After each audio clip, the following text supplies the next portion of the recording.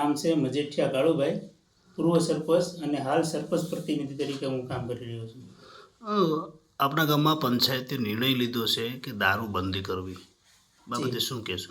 દારૂબંધી કરવાનું કારણ એ જ છે કે અમારા ગામમાં નાની ઉંમરના યુવાનો ફૂલ દારૂના રવાડે ચડી ગયા.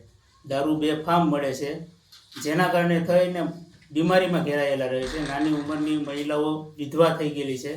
એવી ઘણી બધી મહિલાઓ છે અમારા ગામની અંદર કે કોઈ આત્મહત્યા કરી લે છે, કોઈ ખાડીમાં ડૂબીને મરી જાય છે. આ બધું દારૂના જ કારણે થાય છે. જેથી કરીને અમે પંચાયતે એવો નિર્ણય કર્યો છે કે જો દારૂ અમારા ગામ પૂરતી બંધ થાય ને તો 90% તો ફાયદો થશે જ. અને અમારી બાઇટ લઈને આજુબાજુના ગામના સરપંચો જો આ બાબતમાં થોડોક એવો વિચાર કરે તો 40-60% દારૂ બંધ થઈ જાય એવી શક્યતા છે. તો જ આપણા ગામમાં કેટલાક લોકો દારૂ વેચતા હશે?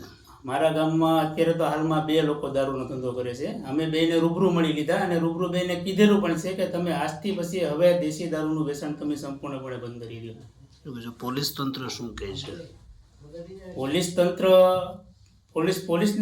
તંત્રને હજી અમે જાણ નથી કરી. આ બાબતે ડાયરેક્ટ અમે જ નિર્ણય લીધો છે. આગળ તમે અગાઉ કોઈ રજૂઆતો કરેલી? નહીં, અમે કોઈ રજૂઆતો નથી કરેલી.